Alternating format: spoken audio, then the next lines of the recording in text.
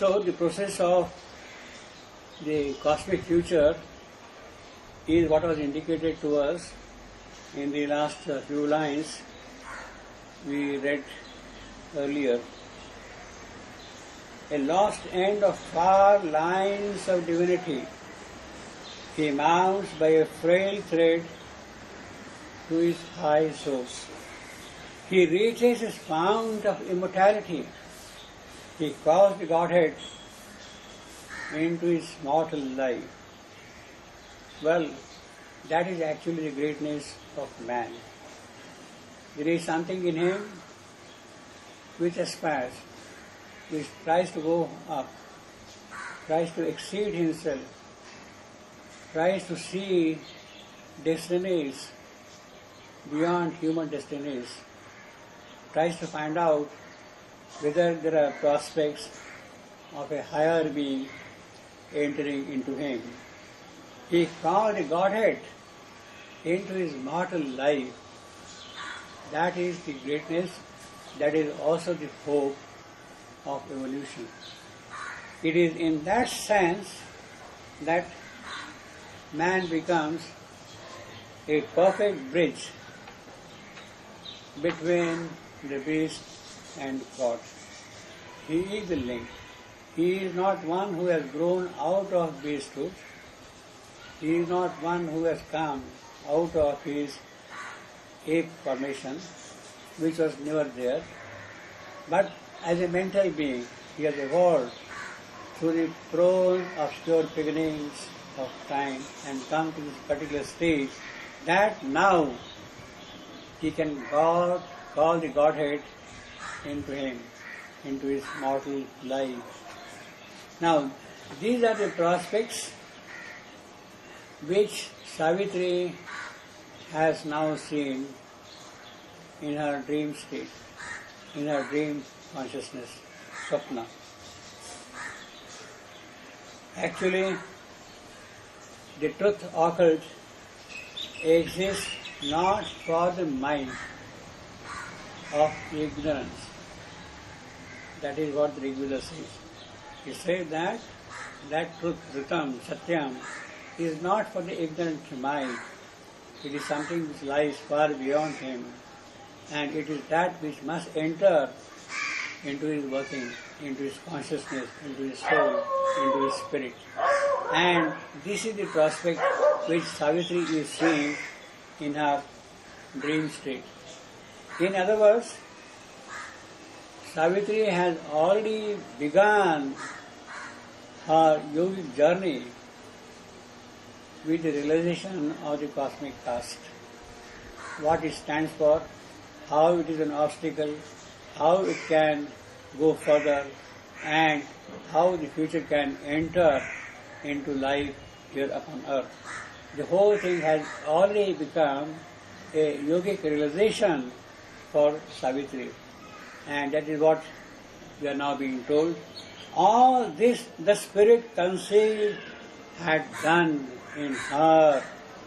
It is not only that she is seeing this dream, this Swapna, this whole evolution of man from the obscure beginning to the Godhead entering into the mortal state. It is not just that.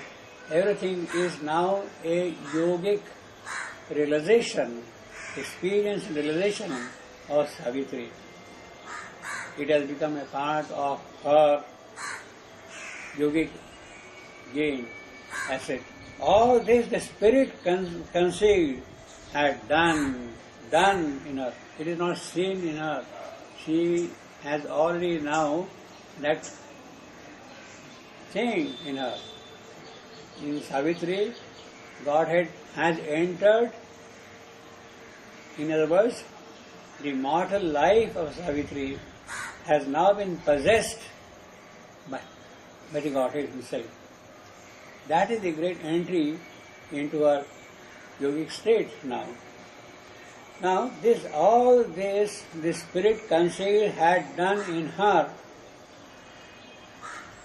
Whatever we have seen so far, the dream, the cosmic future, the cosmic past, everything, has been shown to Savitri. In other words, it is from that point of view we can say that this dream which has disclosed the entire panorama of evolution to Savitri is a parable. And that is why the name of the canto is the parable itself. Why it is a parable? Because the whole dream is a parable itself, which has now become for her a yogic reality. The parable has become a truth of her consciousness. The parable is in that sense very apt phrase also used by the poet. All these the Spirit conceived had done in her. A portion of the mighty Mother came into her as into its own human part.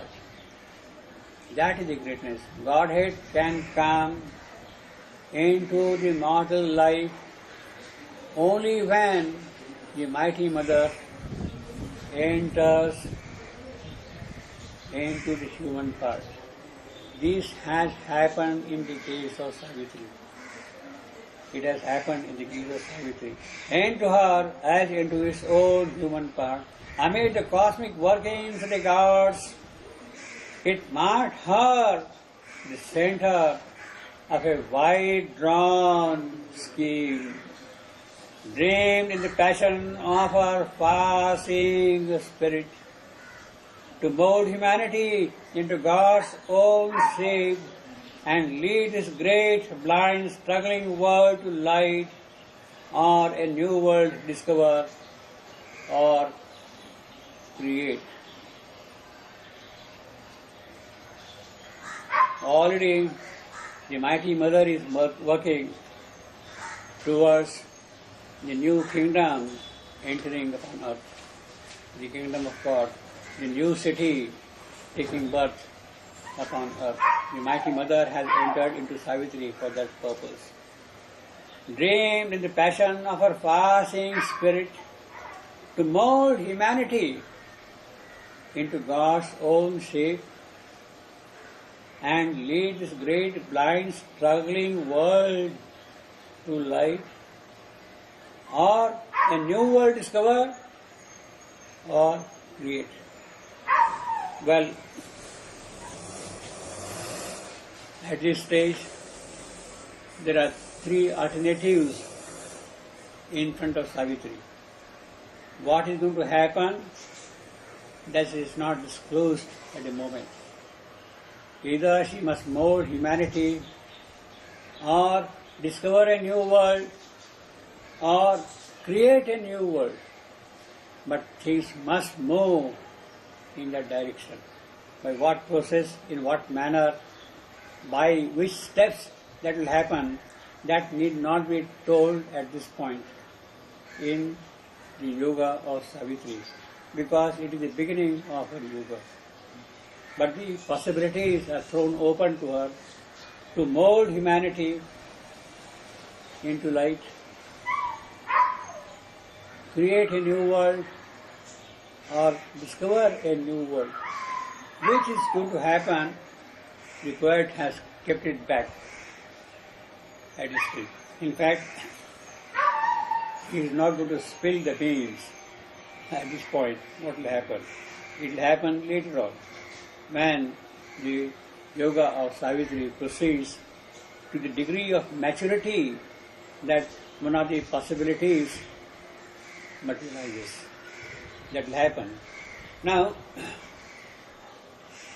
in the entire cosmic scheme, we have various stages by which the advance was made.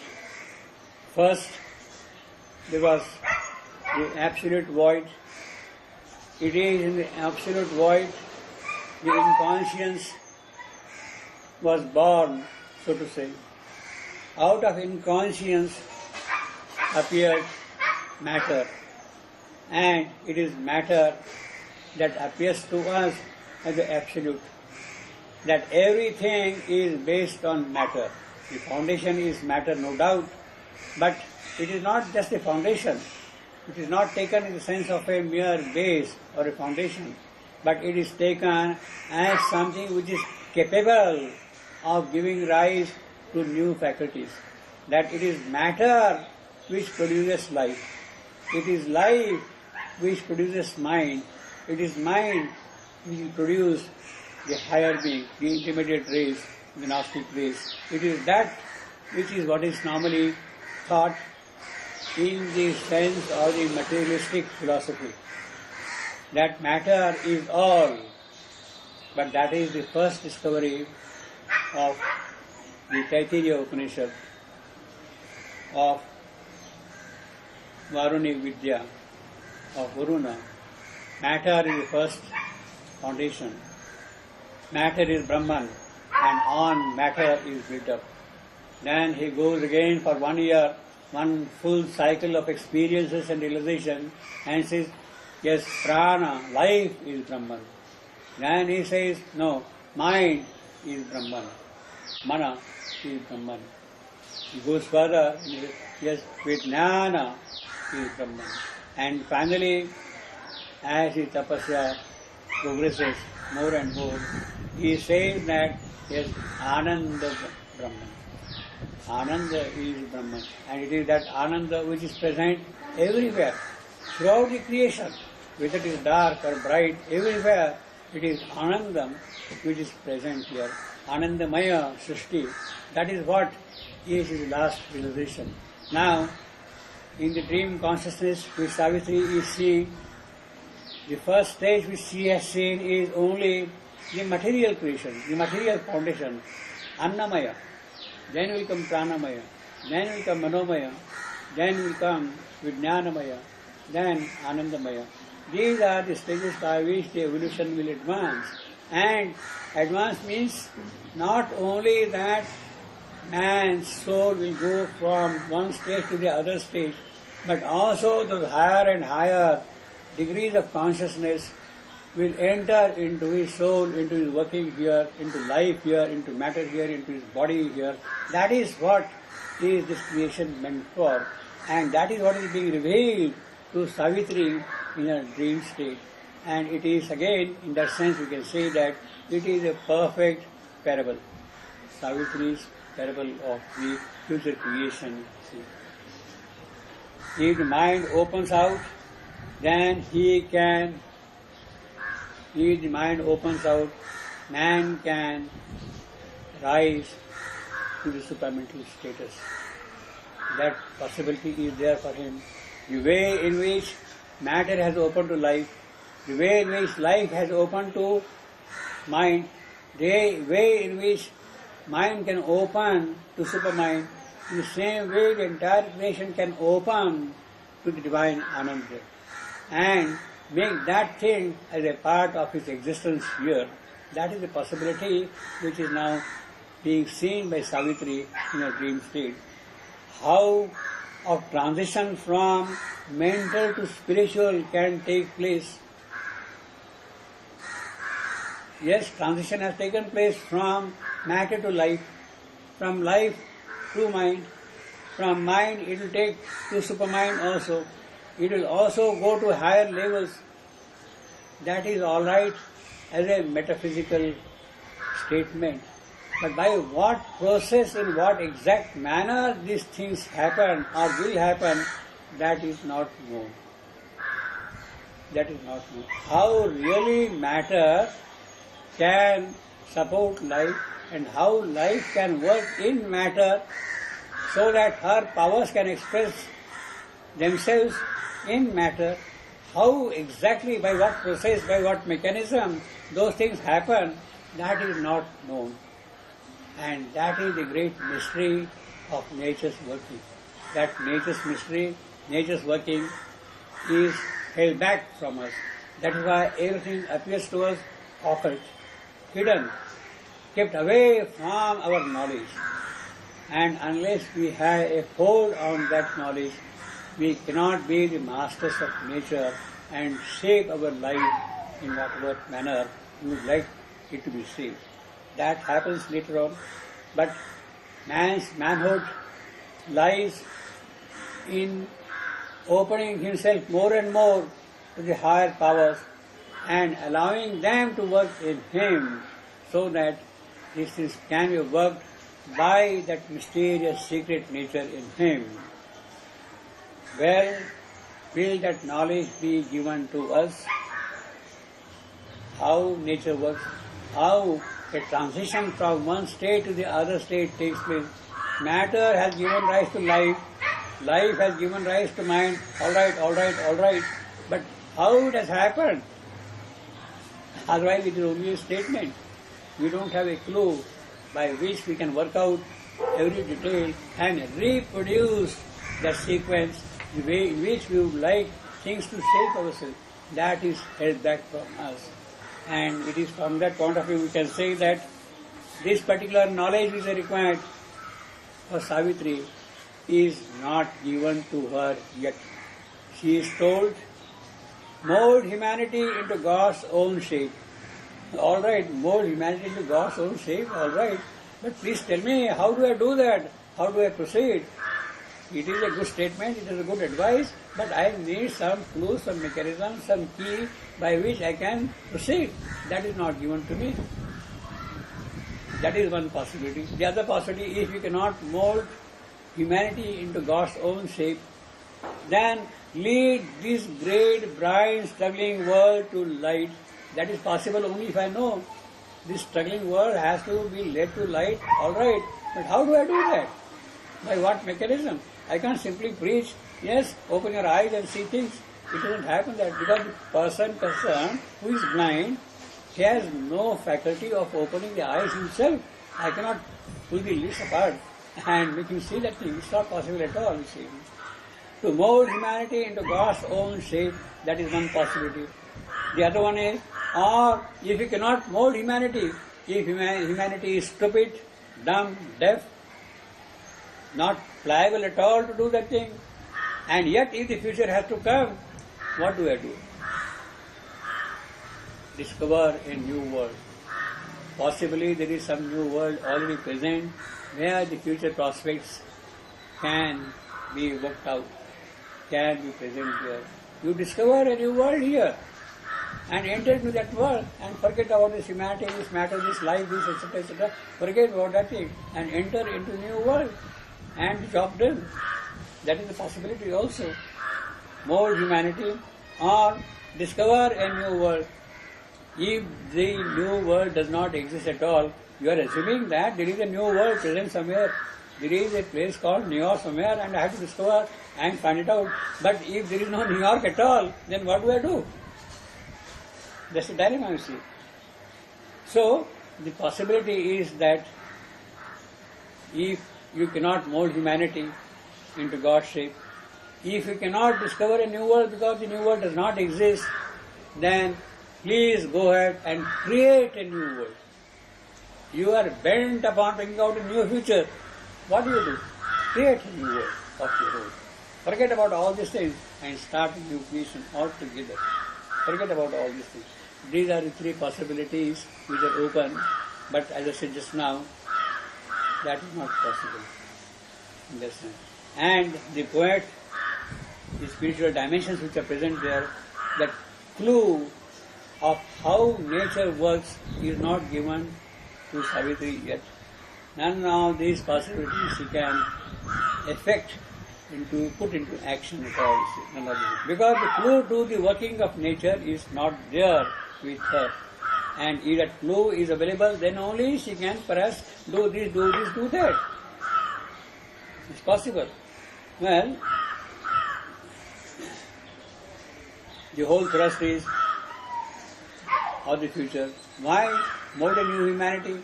Why discover a new world? Why create a new world? These are the three alternatives. Why? Because Earth must transform herself and equal heaven. She must change and be as good as heaven. Equal heaven. In every respect, in her powers of love, beauty, joy, happiness, whatever is required, she must equal heaven. Earth must transform herself and equal heaven. If that is not possible, earth cannot go up and equal heaven, then let heaven come down. Or heaven descend into earth, mortal state. But things must happen in future.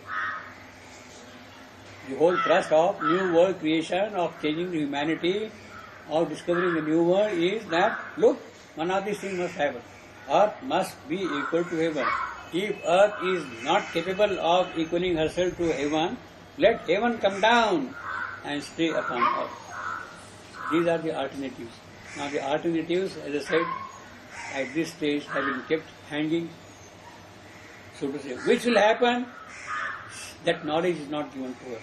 Because that is the work connected with the work of change or transformation or transmutation, which is the work of the executive power of nature, of Prakriti. And unless the mechanism of Prakriti is made known to me, I cannot do anything at all. So I must get that yogic power to enter into the spirit of nature and see how she works, and then spell out all the details and work out every bit of it which is required of me to be done. Then only these possibilities can open out. So the whole thrust of the dream consciousness, of the parable, of the search for the soul, is to mold humanity into God's own shape and lead this great, blind, struggling world to light, or a new world discovered, or create a new world. Yes, you are free to create a new world. In fact, that is exactly what Ashwapati had done. Ashwapati's way of working was, he didn't bother, so to say, about changing humanity. Forget about this creature. He is stupid, he is not pliable, he may not do what is required to be done of him. I can't do that thing. I can go around and see that in the entire universe there is a new world, but there is none which will satisfy my requirements. It doesn't exist. Ashwapati sees that. So what does he do then? He enters into the house of the spirit, into the transcendent itself, and there he creates a new world. A new and marvelous creation was given birth by Ashwapati in the house of the spirit. He has established a new world already there, because there is no point in struggling with this human creature, human lot. It may happen, it may not happen. There is such a great uncertainty about the whole matter. And there is no new world which I have to go around and discover. Like a distant peak on the Darien, Jesus sonnet. It's not that also. It doesn't exist, that world. So Ashwapati decides to create a new world with all the possibilities which he has in his supermind. And it is that world which has to be brought down. Earth must transform herself and equal, or heaven descend into earth's mortal state. Now that new creation has to come down upon earth. In the midst of this lot here. How does that happen? Who is going to bring down that new creation which he has established in the transcendent? Who is going to bring it down? And will it come down?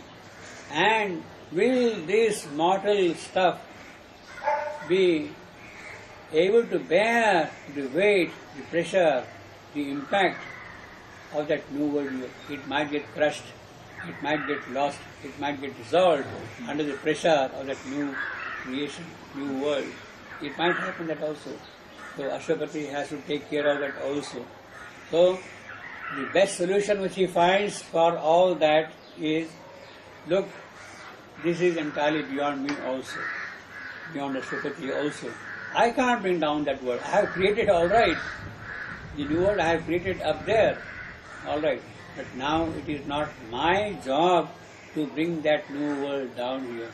It is the job of the consciousness force, of Para Prakriti herself, of the Divine Mother taking birth upon earth and preparing the entire ground in the will of the Supreme to see that that new world comes down here.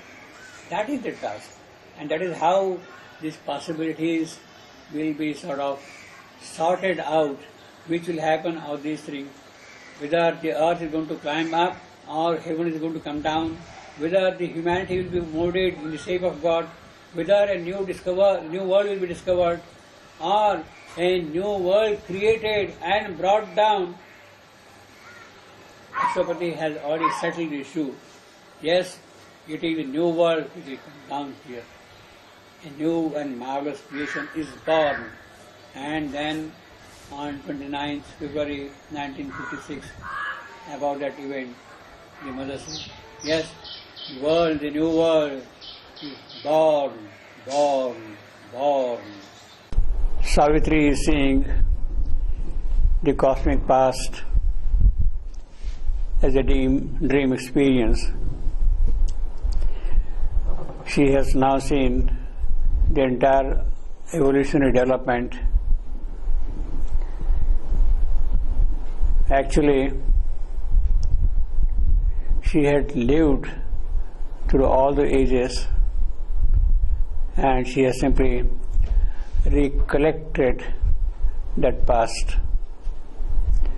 She also now sees the future. What are the possibilities of the soul? That happens most decisively when a part of the Mighty Mother enters into her. That is the yogic realization of Savitri pertaining to the dream consciousness, the cosmic past, bringing a part of the Mighty Mother into her. It is in that sense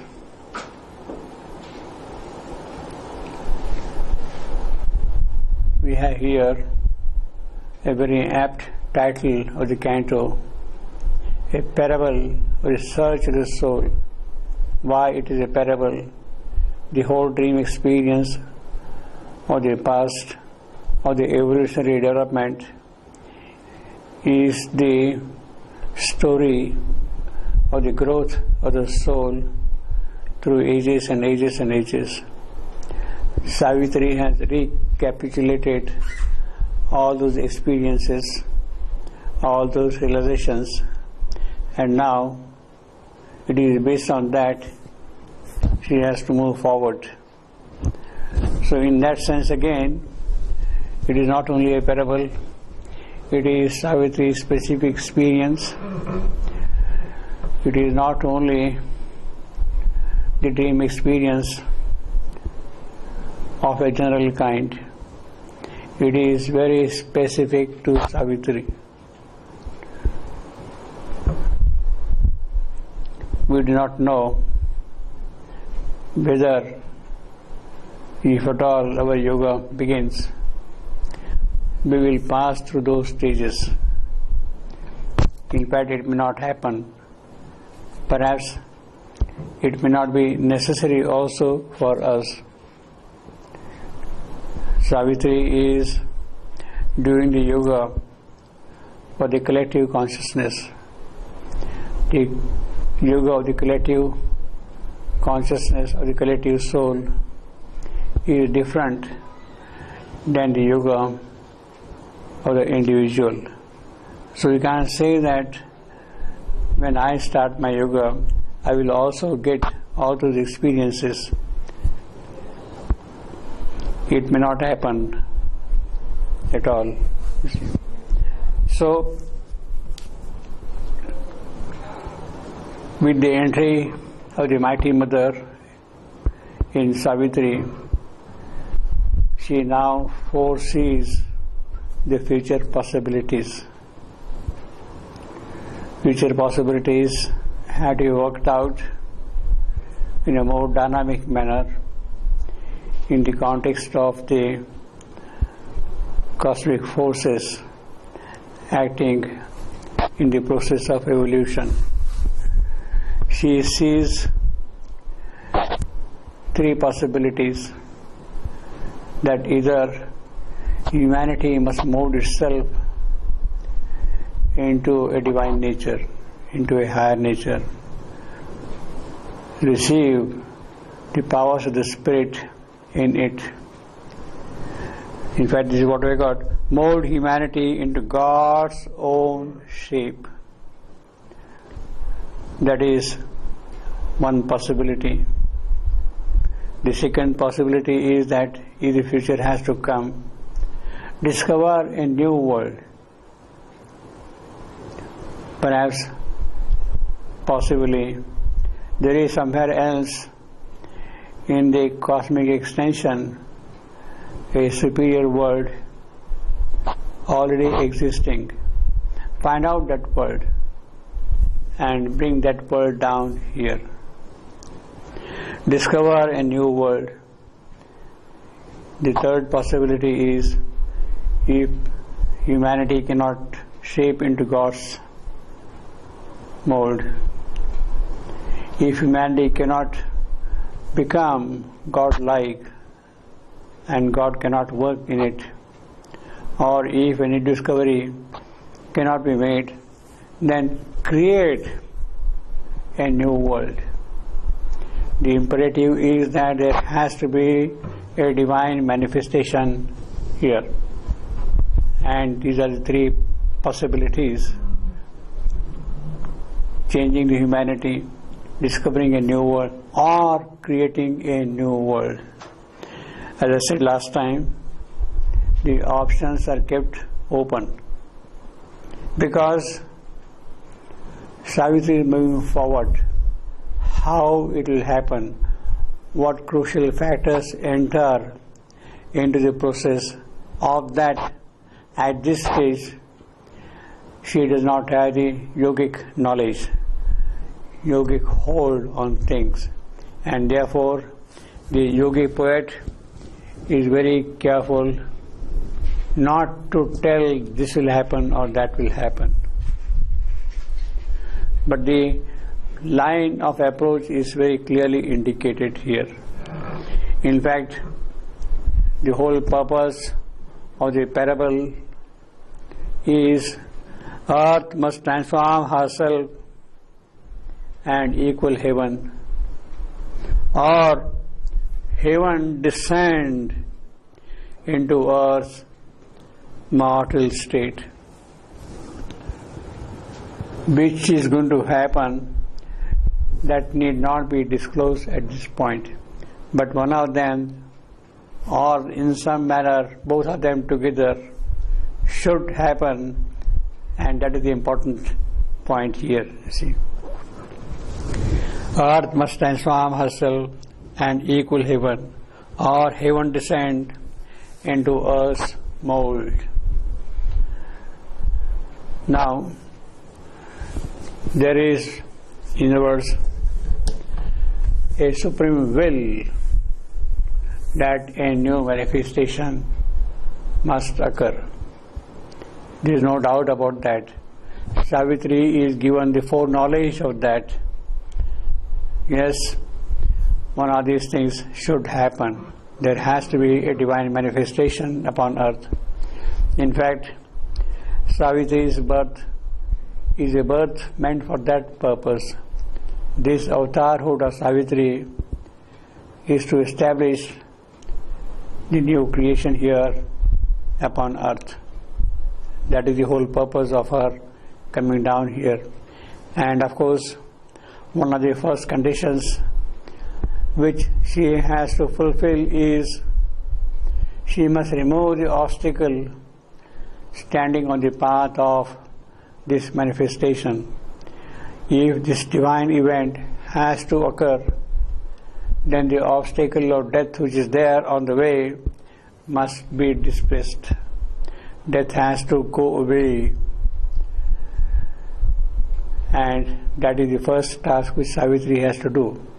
Once that is done, then things can move in their natural way, rather in their supernatural way.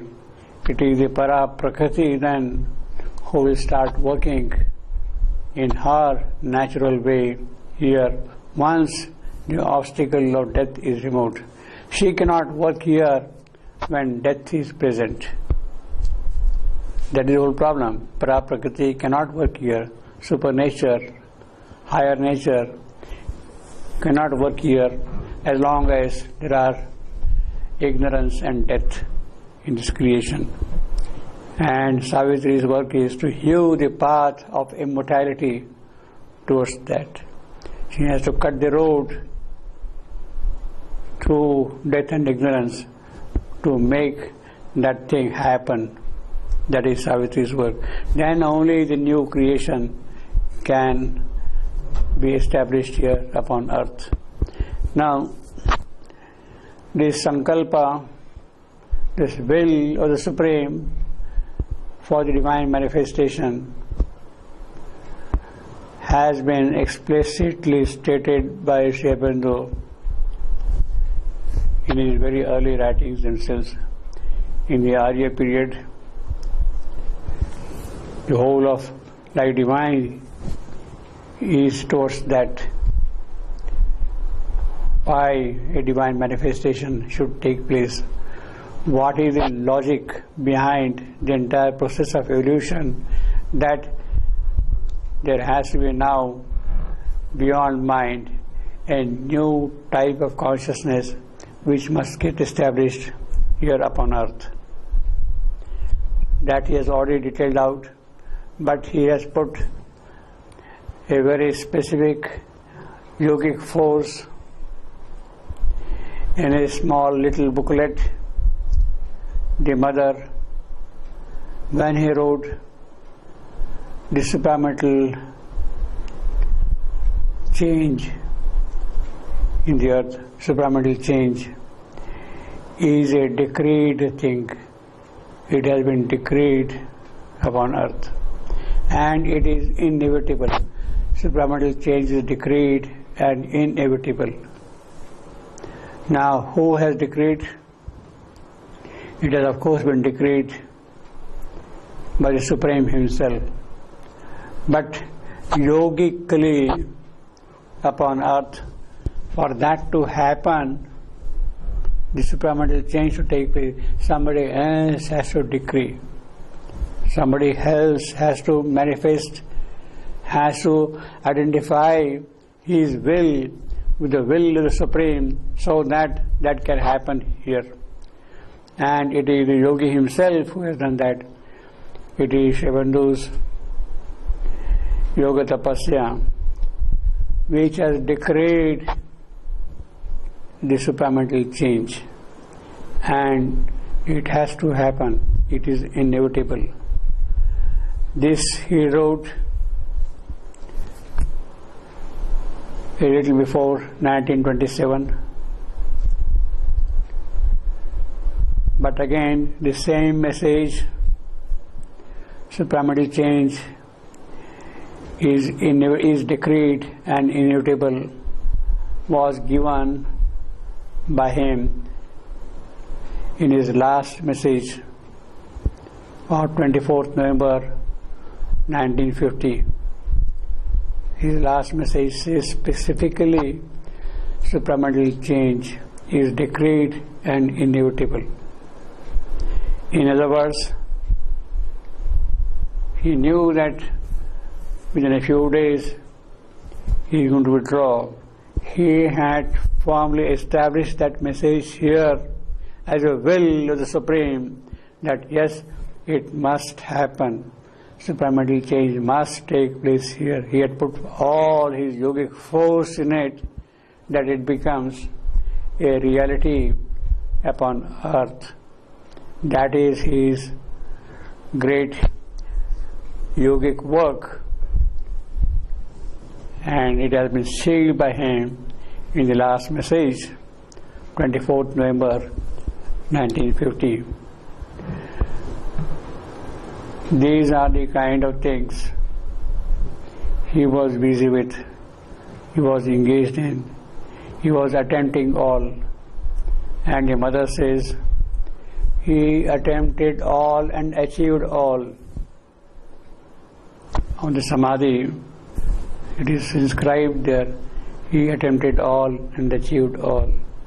So primordial change is decreed. That is his attempt, and he achieved it by saying it that here.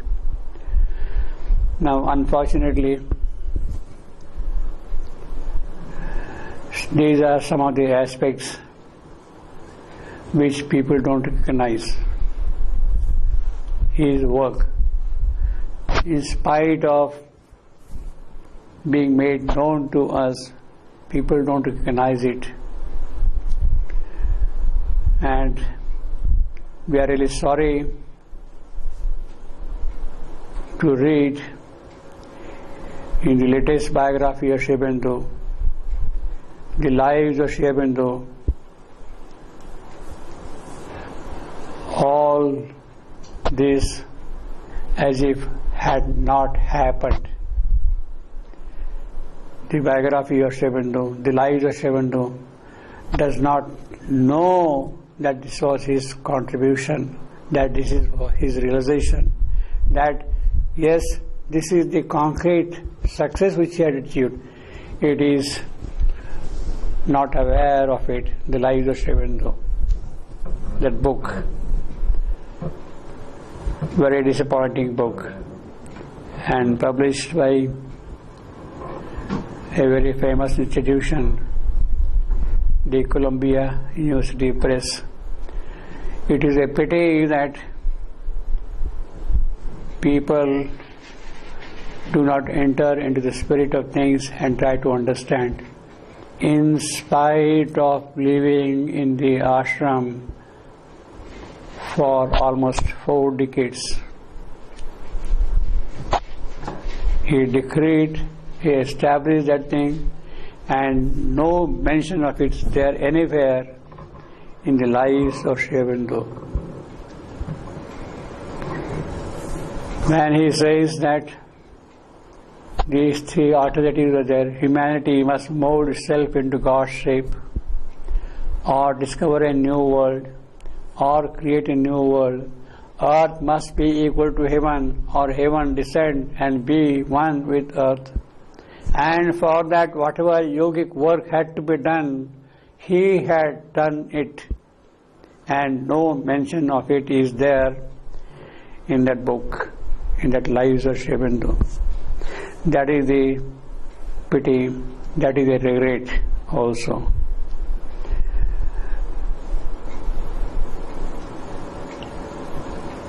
In fact, within few years after his withdrawal is for that purpose, that this decree which he had made is hastened on a physical plane in an occult manner. And how to do that? To establish that light, that power physically in the physical. And that is what he did.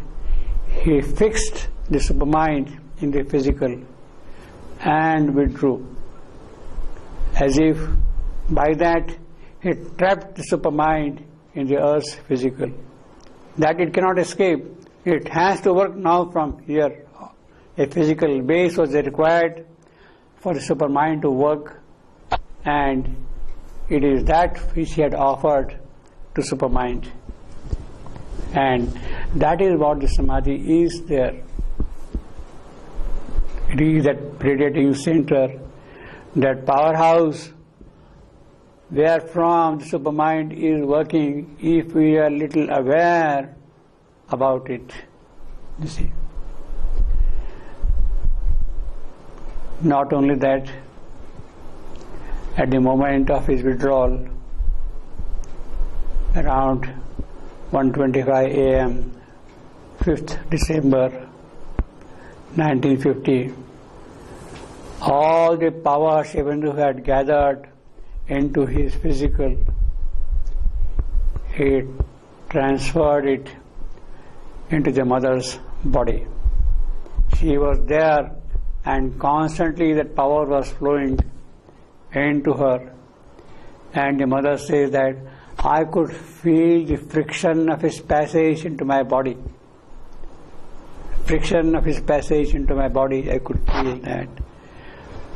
In other words, what they have called the mind of light got fixed into the mother's physical. The mind of light is that it is the physical's mind, the mind of the body, not the physical mind, the mind of the body, the physical's mind, which is capable of receiving the supramental light and force. That is the mind of light. So it is that mind of light which got fixed into the mother, and that became her starting point for doing the further work. And within 6 years of that, the great thing happened. It was not a miracle, but it was a great thing which took place. The descent of Supermind on 29th February 1956, and it is from that point onward the new beginning has begun. Now this was the work which was constantly being done while the mother was here in physical. Sri Aurobindo was doing still that thing from the subtle physical, and these aspects had to come out in a very explicit manner in a biography like Sri Aurobindo's. The lives of Sri Aurobindo should have come out with some of these aspects and some of these insights which are totally missing in it. On February 29, 1956, the mother says that the supramental descent has taken place in the subtle physical of the earth. She also says in a talk later on in July 1957 that it is not just the descent of the supermind in the subtle physical of the earth. She says it is a new manifestation. She says a new world is born.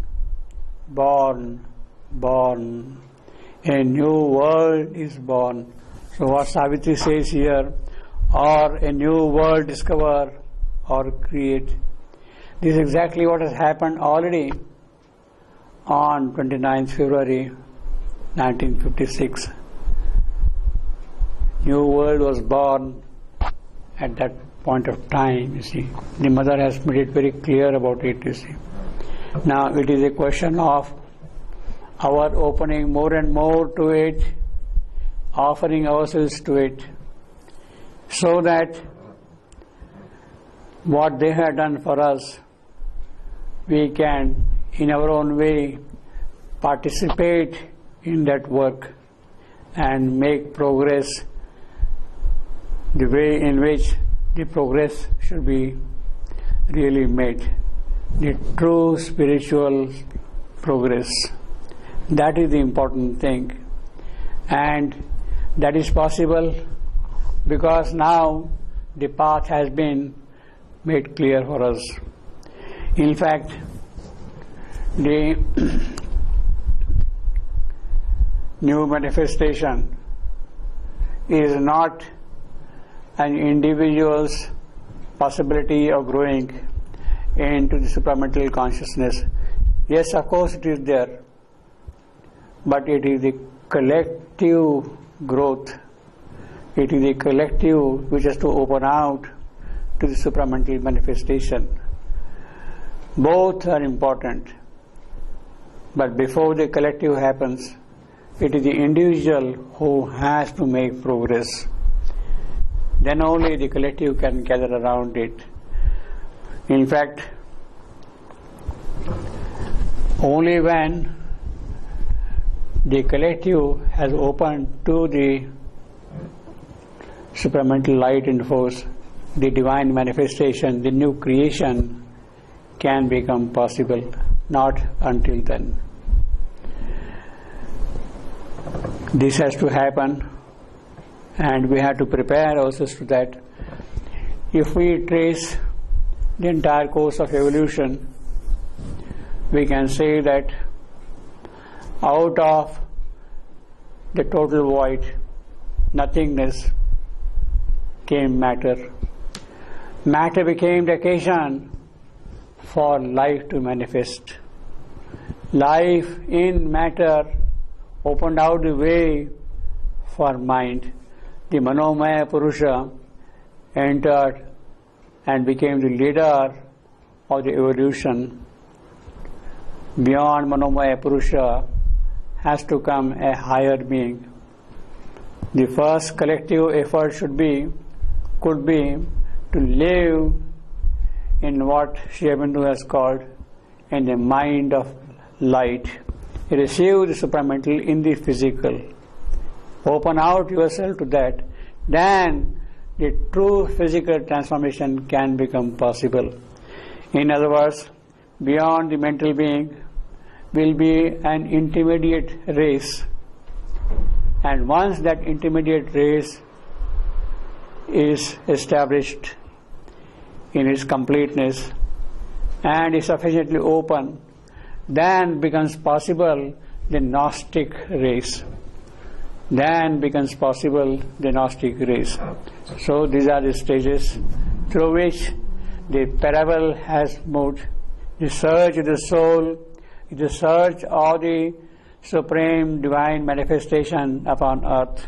And Savitri is already seeing those things. And her work is the work of executing the will of the Supreme in this creation. So we are toward the end of the canto, Book 7, Canto 2, the parable of the search of the soul. Last 3 sentences.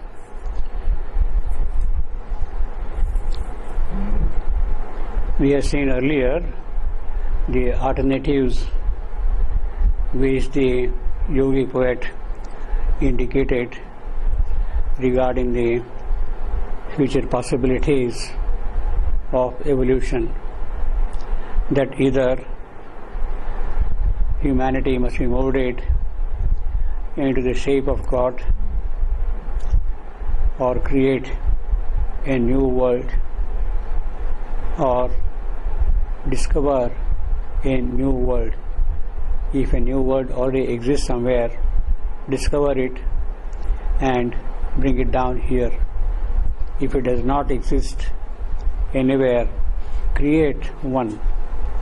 The imperative is that there has to be the divine manifestation upon earth. So these are the 3 alternatives, and these have been summed up in 2 lines. Earth must transform herself and equal heaven, or heaven descend into earth's mortal state. Now, that or is important. The yogi is not going to disclose which of the 2 alternatives will be followed by the course of events in the future. He is holding it back from us because the context is Savitri is seeing the cosmic past, how the whole thing has evolved up to the present stage, and what are the prospects of this evolutionary creation in the future. That he has not disclosed at this point of time. Heaven descend into earth's state. Well, we can be very wise, we can be pretty clever also, and show our little wisdom by saying that perhaps the thing which should happen is earth must transform herself and equal heaven.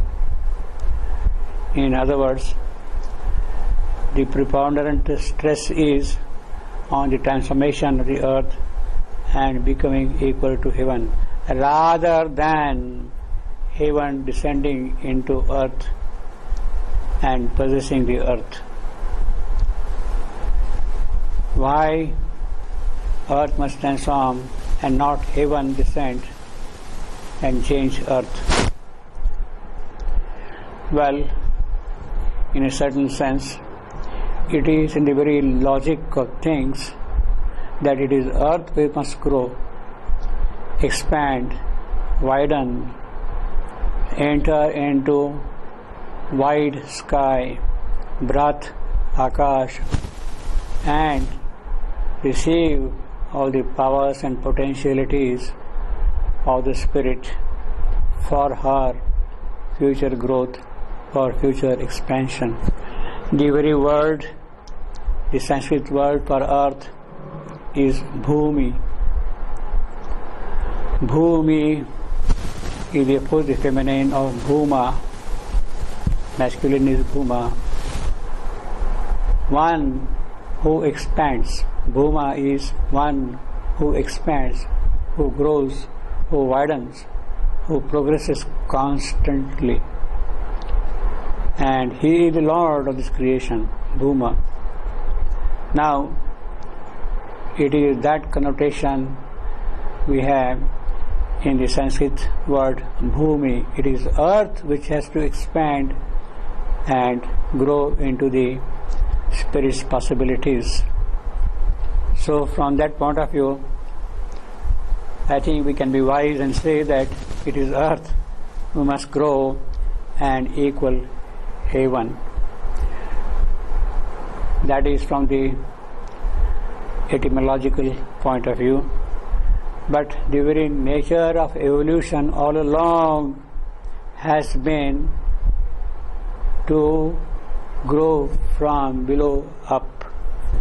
It is the climbing up all the stairs of evolution which is the purpose, which is the intention behind this creation.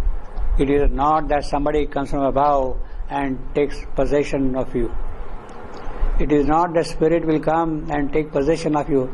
That will not be a very happy way of bringing out a divine manifestation upon earth, that somebody comes and takes possession.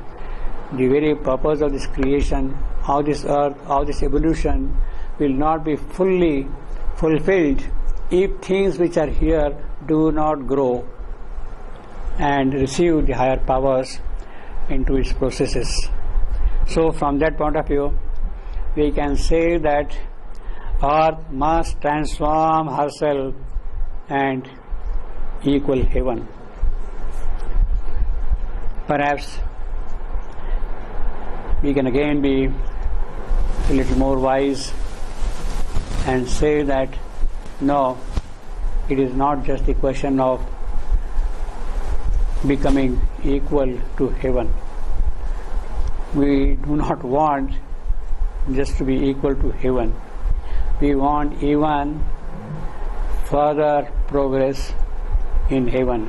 Heaven could be static, could be a frozen grandeur of greatness, of all the powers and possibilities in it, but they are frozen, they are archetypal, they are fixed in their mold. The dynamism which is required to constantly grow is not necessarily present in heaven. So it is not that we want to grow into heaven and be like heaven. It is not that. It is the possibilities which can constantly grow, the possibilities which are latent, which are present in heaven, in the spirit. It is they which was constantly enter into the process of evolution. Beauty, love, joy, happiness, bliss, power, all these things must constantly expand in the world of knowledge, and it is that which must happen. So there is even a possibility of earth not just becoming equal to heaven, but something more than heaven in the way the spirit would like to express itself in the earth consciousness, in the soul of the earth. It is a very rich soul. It is a very dynamic soul. It is something which has all the possibilities, the potentialities, the central essences of things which can widen and constantly spread out, and that must happen. Earth must transform herself and equal heaven, or heaven descend into earth's mortal state. Well, maybe we have stressed our point of view in a certain rhetorical sense. Yes, earth has something in her soul, and it is that which must come out, which must emerge and express itself in the manner the spirit would like it to express in her. That is what is meant here. We have said that thing in a certain rhetorical sense. But even this expansion, this constant growth of the earth is not only something which is from below up. Yes, of course it has to be from below up, but constantly also there is all along, all the while, at every crucial state, something coming down from above and giving a push to the earth process. So the heaven also has to descend from a certain point of view and give a further and further push to earth. That is also required. In fact, on a relatively smaller scale, this is exactly what happens when the avatar comes. That is the task of the avatar. He comes from above. It is not that somebody has sprung up from here, but he comes directly from above, from the Supreme. And it is he who takes one yuga, one age, to another better, higher, nobler age. And that constantly keeps on happening. So there is also, so to say, a constant intervention in the process which is necessary. Both are combined together. But the essential thrust is of the growth from below up. Otherwise the purpose of this creation is not served, you see, if it was not so. So this is what he says. Earth must transform herself and equal heaven, or heaven descend into earth's mortal state. So if I had to put bets on these two alternatives, I will say 70% of the first, earth transforming herself into heaven, and 30% of heaven descending into earth. Both are required. Well, we don't know. We can be wise and keep on talking about these matters all the while. In any case, the important point is the transformation. Savitri has seen in her cosmic dream the future. This cannot be so all along. The ages had toiled and suffered, have borne all the anguish, the load of mortality, and that has to stop. That can stop only with the death of Satyavan, and that death is a must, and it is to meet that death that Savitri has to prepare herself yogically to confront the obstacle that is standing in the way of this evolution. And therefore the first thing which is shown to her is the cosmic past, Swapna. It is a dream kind of a thing, but as I said earlier, it is a dream of reality also. It is a dream which Savitri has immediately realized in her soul. All the past experiences through which she had gone, life after life, since the beginning of this creation, have been gathered up and brought to a point that they can now open themselves to the future. That is the important thing of this dream. So it is a realization of Savitri's yoga. Already she was told, prepare yourself to meet the challenge of death. That was enough. And with that also came the power to kindle her yogic fire. And the very first thing which has happened of that yogic fire is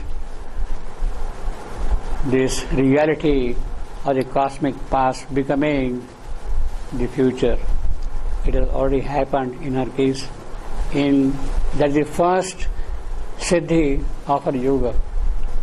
In one go, she has already come to this point, Savitri. Now,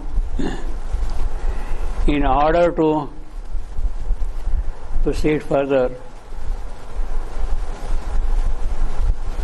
the future has to come.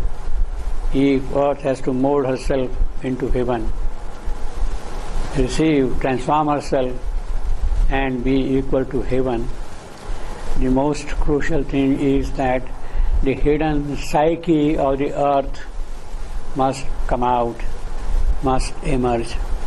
That is the crucial element between the two. What happens above, what is being processed in nature, can be linked up only by the psychic being.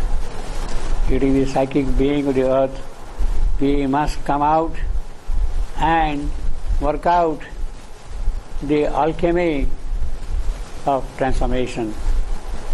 In fact, that is the role of the psychic being, to change, gather up all the elements of nature and change them into their divine counterparts.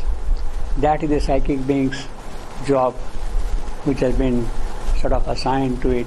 In fact, it is for that purpose that the psychic being has come down here.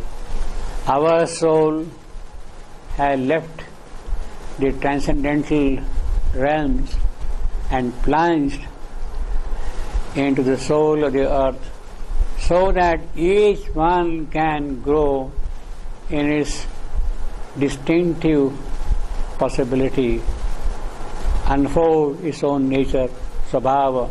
Then only a greater, a luminous collectivity is possible. Now it is this evolving soul which must come forward and go on the path of the future. That is the whole imperative. In fact, the whole essay, the poetic essay, is so well knit, so tight, so precise in its, so to say, logical arguments and coherence, that one is amazed at the entire wisdom which is there behind its poetry. If we have to use these words like wisdom and all that. But it is really very amazing how the poet sees the whole thing, and logically, so to say, everything unfolds in its proper sequence, in its proper manner, in its fuller, completer details. That is what happens here all along. In fact, the whole Savitri is like that. It is at every stage a piece of essay, a beautiful tight essay, developing the theme and coming to a definite conclusion and opening out the new possibilities that present in that theme. That is what constantly happens in Savitri, the epic. Now what does he say here? Earth must transform herself and equal heaven, or heaven descend into earth's mortal state. Mortal state, that is important. So, unless that happens, mortality has no salvation. Has no salvation. That is important. And for that mortality to be no more there, it is the psychic being which must come out and take the lead in the process of evolution further. But for such vast spiritual change of transformation which he has described here, but for such vast spiritual change to be out of the mystic cavern in man's heart, the heavenly psyche must put off her veil and step into common nature's crowded rooms and stand uncovered in that nature's front and rule his thoughts and fill the body and life. That is what the psychic must do. Rule his thoughts and fill the body and life. It must bring about what one would say a total psychic transformation of matter, body, life, mind. They had to be first transformed. Psychic transformation is required. Then only can occur the next fruitful transformation, the spiritual transformation. Once these are established, accomplished, achieved, then one can open oneself to the highest transformation, the supramental transformation. Savitri is not going to talk at this stage about those matters, but it is telling you in the initial stages what should happen, that there has to come about the psychic transformation. Deep into common nature's crowded room and stand uncovered in that nature's front and rule its thoughts and fill the body and life. Obedient to a high command, she said. She said, who?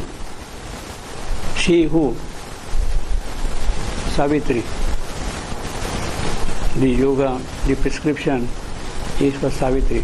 As far as the role of psychic being is concerned, it is already described here what it should do. But in order that that psychic being comes out, Savitri is only passing through the dream experience, swapna. She is in the swapna avastha. If she has to proceed further, then she has to enter into another state, sushupti, of deep sleep of knowledge consciousness. Then only things can open out, prajna. Then only things can open out further. Therefore, Savitri, in her yogic state, is waiting for another command to come. Obedient to a high command, she said, time, life and death were passing incidents. 12 months are given for Savitri and Satyavan to be together. They are quickly going to pass. Life is going to disappear soon.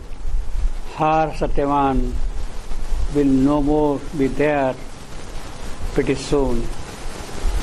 And death, yes, death will occur. But even that death will pass. Time, life and death were passing incidents. Yes, death will occur, but that will be a passing incident. It is a necessary incident because it is only by that it can disappear. The death of Satyavan provides an occasion for death to disappear. Time, life and death were passing incidents, obstructing with their transient view her sight. At the moment, the way she is, her consciousness is, all the external factors, time, life, death, they are obstructing her view, sight. Yogically, what she has to do, how she has to proceed, that knowledge, that idea, that vision is not there in front of her at this particular moment. Obstructing with their transient view her side that must break through and liberate a God imprisoned in the visionless mortal man. Yes, the divine is present in all of us as God, and he has to be liberated totally. Savitri is saying the passing show of time, life and death, but in the whole process that God must be liberated from within. The inferior nature, how is God trapped? Why is God caught here? That he is not free to do what he should do, because he is caught in the inferior nature, apara prakriti, the lower nature. He is caught in that mesh, all the physical, the vital, the mental, the inconscient, all the lower things which are there, which are sprung up, he is caught by them. The inferior nature, born into ignorance, still took too large a place in the case of Savitri, because she has just begun yoga. That lower nature is occupying a very large space. It veiled herself and must be pushed aside to find her soul. Her first task is to find her soul, discover her soul.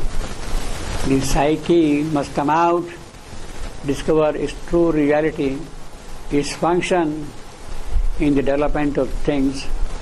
Then only one can speak of the transformation. What is going to happen, what will happen, those are big metaphysical issues until then. The reality, the occult truth is at this moment of time to discover the soul, the psychic being, and let it come out fully and do its work. So that is the command Savitri is going to receive now again, how to proceed further. And at every important crucial juncture, Savitri gets that command. In fact, her yoga is constantly guided by the ruling power of Savitri, her higher soul, the Divine Mother herself, the Supreme Goddess, the Divine Shakti is constantly guiding from above all the steps of Savitri's yoga. And it is along those lines that she is proceeding.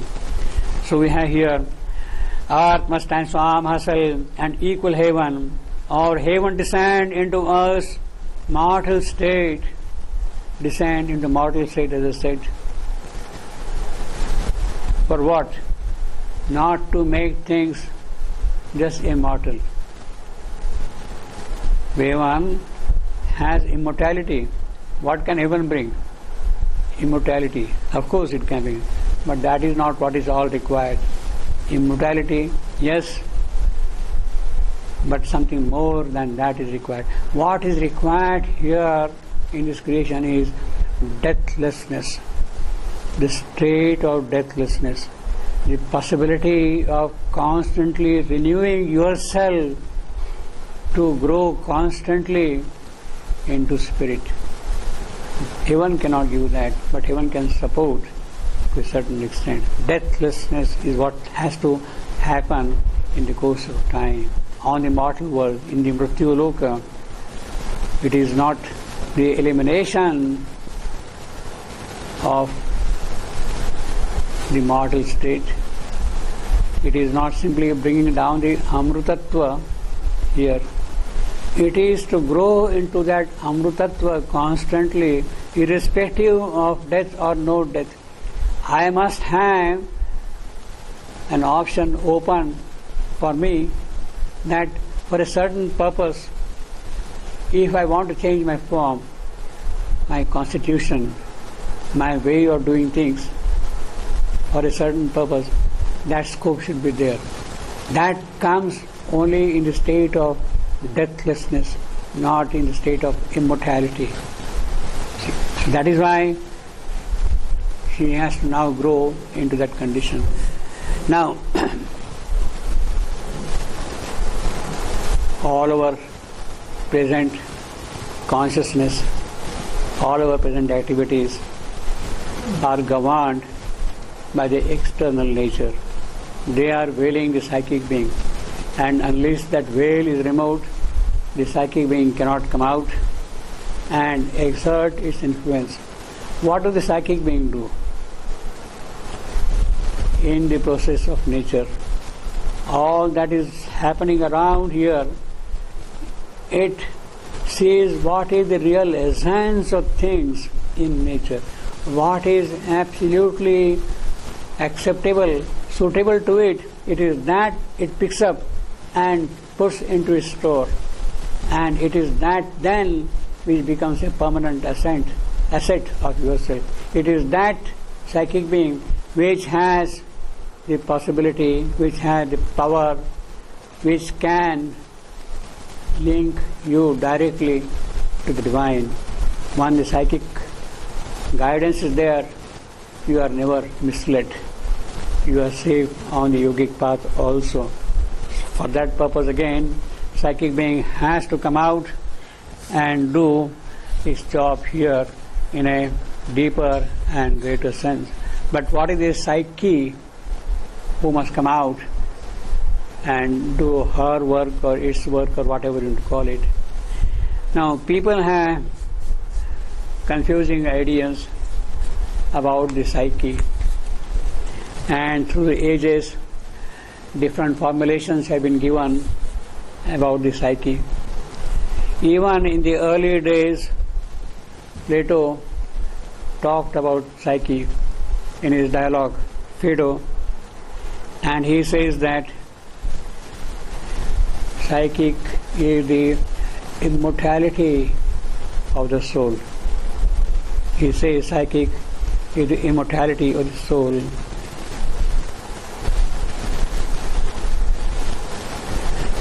Now, a clear distinction is not made there about soul and the psyche. There is a distinction between that. We shall see about that thing. Then Aristotle didn't know about psychic or the inner or the occult aspects of it. He thinks of only three types of souls: vegetal, belonging to the plant world, the vegetal soul, the animal soul, the rational soul. For the Greek mind, the Aristotelian mind, the highest is the rational soul. But even then, what are the dynamics of that soul in the process of that? No formulation is available at all. Now it is in the recent days, to some extent, a kind of a clear-cut distinction is made between soul and the psyche by Jung. He speaks of the totality of human mind. He is confining himself to totality of human mind as belonging to the psyche. Now, there is a confusion again here when we see from the Arvindonian point of view. There is nothing like human mind and psychic being in that sense. Human mind is one particular aspect, the totality of the build-up of man. There is the vital, there is the physical, there is the mental. It cannot be the totality of the psychic being. But that is what the present psychologists say, that it is the totality of human mind. In contrast to that, he makes a fairly good definition of the soul. He says the soul is the distinctive individuality of a person. It has a character, it has its own svabhava, it has its own nature, it has its own scope of growth and expansion and doing things in a distinct manner. It has its own nature. So to that extent, it is a good definition that the soul is basically the personality of the individual. But still, I don't think the psychologist can go any farther than that. We have in the Indian traditions very clear statements about the psychic being. The psyche which must come out. Even in the Upanishads, as early as Upanishads, we are told that there is a being in our heart, in the cave of our heart, Hridaya Guha, in the cave of our heart, there is a small little being sitting there. He is no bigger than the thumb of a man, Angushta Matra Purusha, and it is that which really does things in this creation. And it is in that Yama has a real interest. It is that kind of a thing which Yama would like to possess and keep in his possession forever, permanently. That is what death is doing when it is snatching the soul of Satyavan. Now this Angushta Matra Purusha is the dynamic link between nature and the higher powers, the transcendental power. It is this which brings out the chemistry or transformation at the level of nature and brings about the changes required. It is for that purpose that it came down from above. Our central being, Jivatma, it came down from the central being here to become Chaitanya Purusha, Chaitya Purusha here, the psychic being. It is that which the Gita speaks. It is my ansha, my part, mamaya ansha. That soul is the divine spark itself in this earth, and it is that which constantly grows all along through the process of evolution, life after life. And perhaps that is what makes things interesting here, that because of the presence of the psychic being, there is a constant progress possible in us. Otherwise, we would have been just like gods, perhaps, frozen. Now, Mamaya Ansha, he also says, of course, of that, he is Ansha Sanatana, the eternal bit in man. And it is because of that eternal bit in man that man remains sustained and can make changes, make progress here in this creation. Now, when that psychic being comes out, when the veil is removed, at the moment the veil is of the vital, physical, mental nature of the unconscious, subconscious spreading all around, and the psychic is concealed from us. It is not coming out and doing its own work. Silently from behind the scene, it is doing its own work, but then it takes life after life, many, many lives to make real progress. If that psychic being can really emerge and do things, then there is a possibility of rapid progress and advance. Now, the psychic being or the psyche is something which is, of course, the Gita says, Ansha Sadhanatana, my portion, my part, mamai ansha, the Gita says that. If we see from a metaphysical point of view, from the point of view of philosophy, of understanding the scheme of things, then we can say that, as Sri Aurobindo has explained in the Life Divine, we have the transcendental creation, Sat Chit Ananda Vijnana. We have existence, consciousness, force, bliss, and supermind. These are the four transcendental states from which the lower creation has taken place. It is existence or Sat which becomes matter. Existence, Sat becomes matter here in the lower creation. It is consciousness force which is life. It is bliss, the divine bliss, Ananda of creation, of growing, which becomes the psyche. It is the divine bliss which becomes the psyche. And it is supermind which becomes the mind in man. So we have basically matter, life, psyche and mind as the exact counterparts of Sat Chit Ananda Vijnana. Sat becoming matter, Chit becoming life, Ananda becoming psyche, and of course supermind becoming mind. Now it is this Ananda of this creation, in spite of this darkness, of this suffering world, of ignorance, of all-pervading mortality, that psychic remains happy always. It is the stuff of bliss, of Ananda. It remains always happy in that sense. And when you are identifying yourself with the psychic being, then it is a world of love, beauty, joy, Ananda, always, forever. In fact, the purpose of the psychic, as I said a little while ago, is to bring about an alchemical change in nature. Transformation of nature is a function of the psychic being, and that is what we have been calling the psychic transformation. Now, it is much more than that. It's much more than that. It is not only the change of nature into its psychic quality which will take place.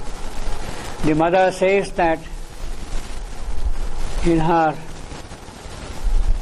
so to say, experiments of physical transformation, she says that eventually what is going to happen is, it is the psychic being which will materialize. It is the psychic being which will become the body, the higher, the greater, the nobler, the loftier body will be made by the psychic being. The true transformation will come with the materialization of the psychic being. And when the materialization of the physical occurs, of the psychic being, then by its very property of immortality, psychic being immortal. It is deathless. Nainam chandanti shastrani, nainam dhati pavaka. Nothing can pierce it. No weapon can cleave it. No fire can burn it. No wind can blow it out. It is that psychic being, when it materializes, will bring the real deathlessness upon earth. And therefore, if all those alternatives have to materialize, shape humanity into God's mold, or discover a new world, or create a new world, if earth must grow and expand into heaven, transform herself into heaven, or heaven descend into earth, if these things have to happen, the first condition is the coming forward of the psychic being. And eventually, when the psychic being materializes, it is that which will bring out the true transformation. It is from that point onward the true divine life will begin.